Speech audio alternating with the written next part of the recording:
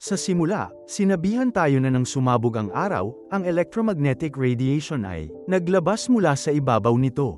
Nang tumama ang radiation na ito sa daigdig, 99% ng mga tao sa daigdig ang namatay. Ngayon, ang natitirang 1% ng mga tao ay nais na gawing katulad ng dati ang daigdig, ngunit kailangan nila ng maraming tulong para sa gawaing ito. Kaya naman naghanda ang isang kumpanya ng milyon-milyong robot upang tulungan ang mga tao na muling itayo ang mga lungsod. Ang mga robot na ito ay tinatawag na mga Pilgrim. Ang pelikula ay mabilis na sumulong sa 20 taon na ang lumipas, kung saan ang lahat ng tao ay naninirahan sa mga ligtas na lungsod at makikita ang mga mekanikal na ulap sa kalangitan na ginagamit upang magpaulan sa lungsod. Ipinapakita ang isang opisyal ng pulisya na iniimbestigahan ng isang gusali kung saan nakita niya ang isang robot na nagkukumpuni sa sarili nito, na hindi pangkaraniwan dahil ang mga robot ay walang katalinuhan upang ayusin ang kanilang sarili. Nang makita ito ng opisyal ng pulisya, binaril niya at sinira ang robot. Dito natin makikilala si Jack, isang investigador ng seguro na nagtatrabaho para sa isang kumpanya ng paggawa ng robot. Matapos makatanggap ng reklamo, pumunta siya sa bahay ng isang pamilya na nagsasabing pinatay ng isang robot ang kanilang aso.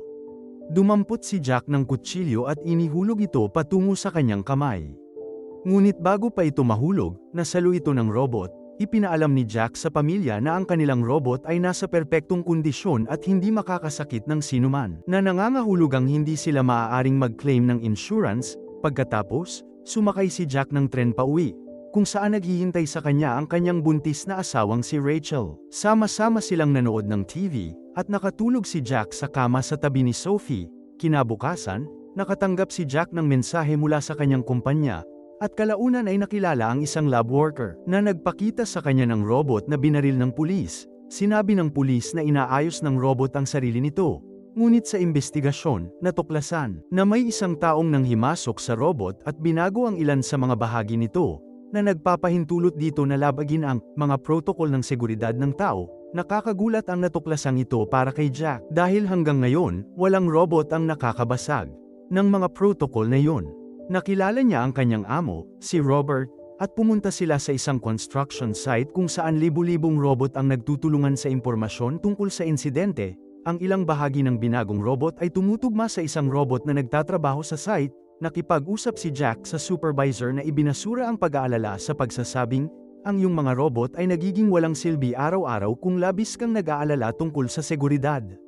Sihan ni Jack ang isang lalaking binaril sa lugar na ito, na nagparamdam sa kanya ng matinding takot pagkatapos ay nakita ni Jack ang robot na kanyang hinahanap.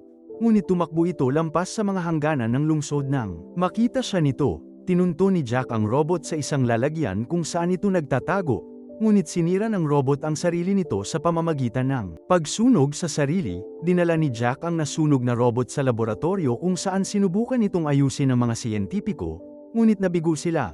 Nakakita sila ng ilang kagamitan sa isang nuclear battery malapit sa robot. Ang baterya ay napakalakas, na nagdulot kay Jack na pinaghihinalaan na may nagbago sa software ng robot upang nakawin ito. Binanggit ng isa sa mga mananaliksik na sa nakalipas na 23 taon, walang robot ang nakagawa nito, dahil imposible para sa isang tao o robot na baguhin ang mga protocol sa seguridad.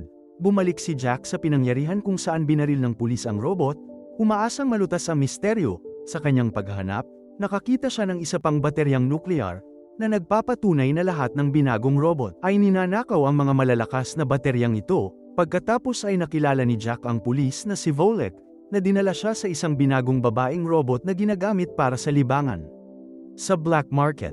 Ang robot na ito, hindi tulad ng iba, ay maaaring makapinsala sa mga tao kung kinakailangan.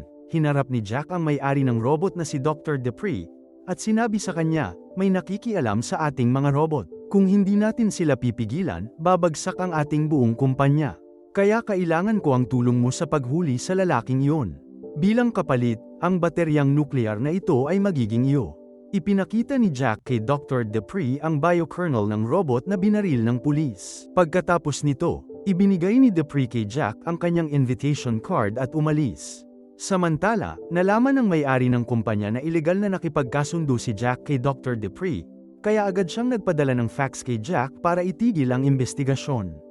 Pagkatapos ay nakatanggap si Jack ng mensahe mula kay Dr. Dupree, at mabilis na pumunta sa bahay nito. Sinabi sa kanya ng doktor, "Ano man ang ginawa mo, tapos na. Inayos ko ang sirang biokernel na ibinigay mo sa akin at inilagay ito sa loob ni Cleo." Nang mailagay ito, sinimulan niya agad ang pag-aayos ng sarili niya. Isa itong himala. Taon ang kailangan para matutunan ng mga tao ang mga ganitong bagay. Biglang tumunog ang doorbell, at nang buksan ng doktor ang pinto, binaril siya ng 2 maliliit na bata hanggang sa mamatay. Inatake rin ng mga bata si Jack, ngunit nailigtas niya ang kanyang buhay at nakatakas, sumakay sa isang kotseng minamaneho ni Cleo na robot. Habang nagmamaneho sila, hinabol sila ng ilang tao, at pinaputukan mula sa likuran. Binaligtad ni Cleo ang kanilang kotse, na nagdulot ng isang kakilakilabot na aksidente, at malubhang nasugatan si Jack. Kinabukasan, nagkamalay si Jack, ngunit malubhang nasugatan, at nawalan ulit ng malay. Inayos ni Cleo ang sarili, at pagkaraan ng ilang panahon, dumating ang 3 pang robot. Inilagay nila siya sa upuan ng kotse at pinalayas, dahil ang pagliligtas sa mga tao ang unang prioridad ng mga robot na ito. Nang magising si Jack, nagulat siya. Hiniling niya sa robot na ibalik siya sa lungsod, ngunit sinabi ni Cleo na hindi ligtas para sa kanila ang bumalik, kaya dinadala nila siya sa isang ligtas na lugar. Tumingin si Jack sa paligid at wala siyang nakita kundi isang puting disyerto, na walang lungsod na makikita. Sinubukan niyang bumalik sa lungsod ng mag-isa, ngunit dahil sa kanyang mga pinsala, bumagsak siya at nawala ng malay. Samantala, nanganak ang asawa ni Jack at sinubukang kontakin siya. Patuloy na sumulong ang mga robot dala si Jack. Pinakain nila siya ng mga insekto upang mapanatili siyang buhay at binigyan siya ng tubig mula sa isang water condenser. Kinabukasan, patuloy silang gumagalaw, na nagdulot kay Jack ng matinding kakulangan sa ginhawa. Humingi siya ng tubig kay Cleo, at habang kinukuha ito ng babae, kinuha ni Jack ang telepono niya mula sa bag, ipinadala ang lokasyon niya kay Volek at itinago ang isang flare gun. Pagbalik sa lungsod, wala pang natatanggap na tawag ang kumpanya mula kay Jack, at pinaghihinalaan nilang may kinalaman ito sa mga robot. Nang matanggap ni Volek ang mensahe ni Jack, hinanap niya ito. Nakarating siya sa pinangyarihan ng aksidente sa sasakyan. Samantala, nagpatuloy sa paglalakbay ang mga robot kasama si Jack. Nang huminto si Jack para gumamit ng palikuran, pinaputok niya ang ipinaalam sa kanya ng kanyang partner na papunta na si Jack sa radioactive area. Flare gun na nakita ni Volek. Mabilis na dumating si Volek sakay ng kanyang sasakyan at si Jack, sa pag-aakalang nandoon siya para tumulong, ay nakahinga ng maluwag. Gayunpaman, inatake ni Volek si Jack at ninakaw ang nuclear battery mula sa mga robot, dahil napakahalaga nito sa black market. Sinubukan ni Jack na ipaliwanag na wala siyang kinalaman sa robot, ngunit binaril at sinira ni Volek ang dalawa sa kanila. Malapit na niyang patayin si Cleo nang paputukan ni Jack si Volek gamit ang flare gun, na agad niyang ikinamatay. Gayunpaman, nakatakas siya dala ang nuclear battery bago siya namatay. Nakaupo si Jack doon na puno ng kawalan ng pag-asa, nag-aalala para sa kanyang asawa, napagtanto na malayo siya sa lungsod at ilang araw nang walang tubig. Nakakita siya ng tsokolate at ilang mahalagang bagay sa bulsa ni Volek. Nang gabing yun, huminto sila para magpahinga, at sinabi ni Cleo kay Jack na makakarating sila sa kanilang destinasyon kinabukasan. Sinabi ni Jack sa kanya, "Kailangan kong pumunta sa aking buntis na asawa." Tugon ni Cleo, "Baka kapag nakarating na tayo sa destinasyon, makakahanap ka ng paraan para makauwi." Samantala, isang pulis ang nakipagkita sa presidente ng kumpanya at sinabi sa kanya na nakakita siya ng ilang robot na tila buhay.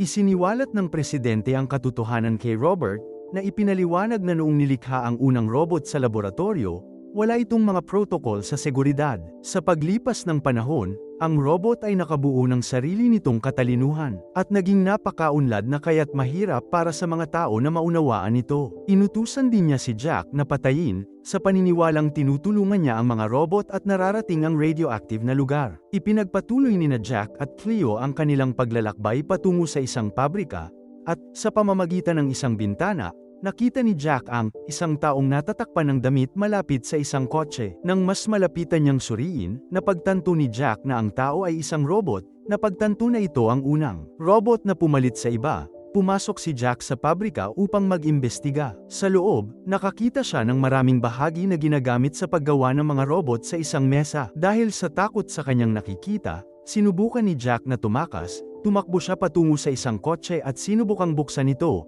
ngunit nawawala ang baterya. Ngayon, labis na nadismaya si Jack. Sigurado siyang mamamatay siya doon.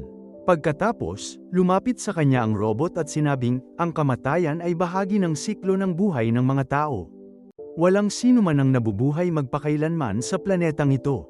Marahil dahil sa radiation, ang mga tao ay mabubura sa mundo magpakailanman. Ngunit kaming mga robot ay produkto ng isip ng tao. Napakataas ng antas ng radiation sa kabilang panig ng puwang na ito, kung saan walang taong maaaring sumunod sa atin o manakit sa atin.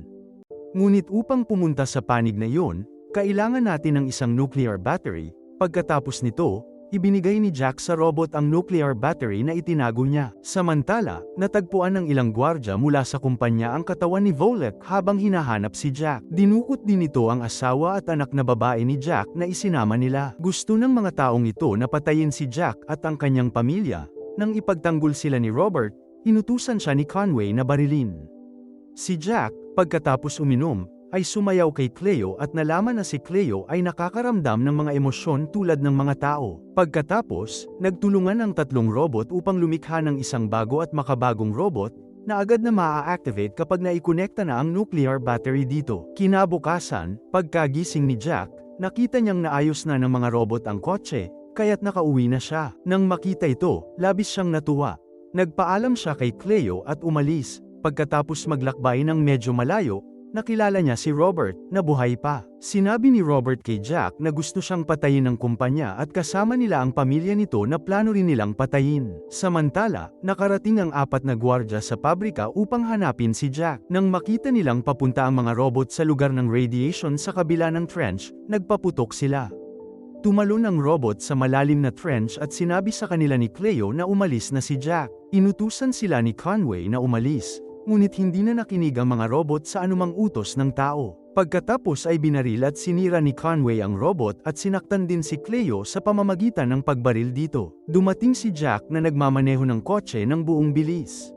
Nabangga niya ang 2 gwardya at binaril ang isa pa, ngunit binaril at nasugatan ni Conway si Jack. Nang malapit na siyang patayin ni Conway, inatake ng robot na aso si Conway, dahilan para mahulog siya sa trench at mamatay.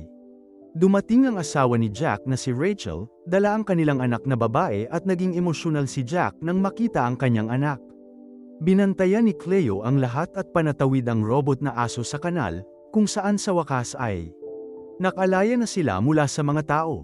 Pagkatapos ay nagpaalam si Cleo kay Jack at tumungo sa lugar ng radiation. Si Jack, kasama ang kanyang pamilya, ay nakarating sa dalampasigan kung saan nakita natin na unti-unting bumabawi ang daigdig, at nagtapos ang pelikula na may pakiramdam ng bagong pag-asa.